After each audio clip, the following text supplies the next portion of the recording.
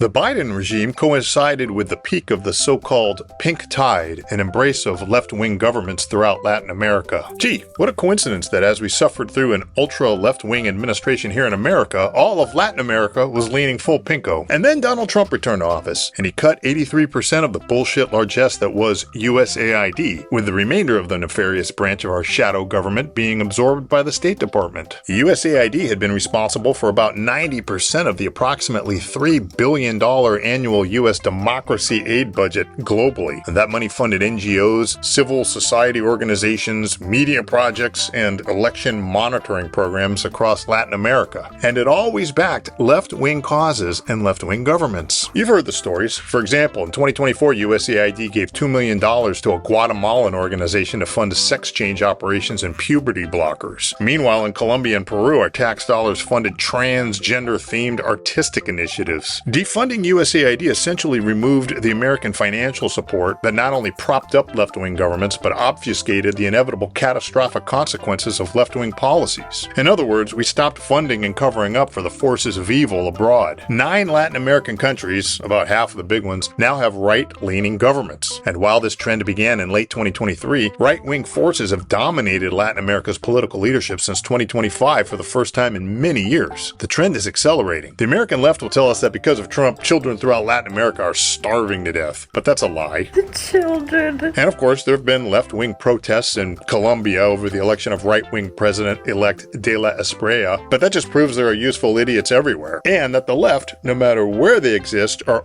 always violent when they don't get their way. $40 million to improve the social and economic inclusion of sedentary migrants. Nobody knows what that is.